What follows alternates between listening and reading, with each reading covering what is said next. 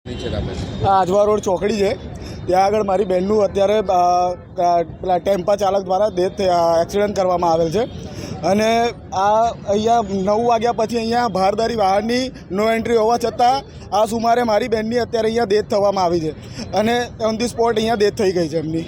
3 કલાકથી વધુ સમય અહીંયા 3 કલાકથી વધારે વધુ સમય થઈ ગયો છે ને હજુ સુધી કોઈ કાર્યવાહી કરવામાં આવી નથી અને અહીંયા ડેડ બોડી એવી ને એવી હાલતમાં પડેલી છે। અહીંયા પંચનામું કરી રહ્યા છે, એના કરતાં ત્યાં લઈ ગયા હોય તો મારું પ્રોસેસ પૂરી જલ્દી થાય અને અહીંયા મૂકી રાખી છે ડેડ બોડી 3 કલાકથી આવીને આવી સિચ્યુએશનમાં અહીંયા માખો બમણે છે, અહીંયા બ્લડ પડી રહ્યું છે। એમ્બ્યુલન્સ બી મંગાવી છે, કલાક 1.5 કલાક થયા હજુ એમ્બ્યુલન્સ નથી આવી। કોની બેદરકારી માનો છો? હું તો અહીંયા તંત્રની જ બેદરકારી માનું છું। અહીંયા આટલા બધા પોલીસવાળા હોવા છતાં બી અહીંયા આવું કાર્યવાહી થાય, આ વસ્તુ થાય એ પોસિબલ છે, શક્ય છે? અહીંયા બેન એમના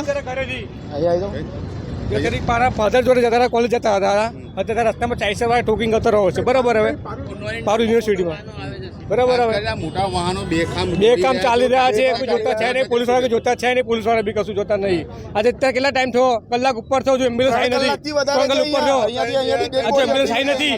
શું કામની સરકાર? શું કરવું જોઈએ? ટ્રાફિક શાખાને કરવાનું કશું છે નહીં, કશું કરી કોણ નહીં, એ કંઈ કોઈ મતલબ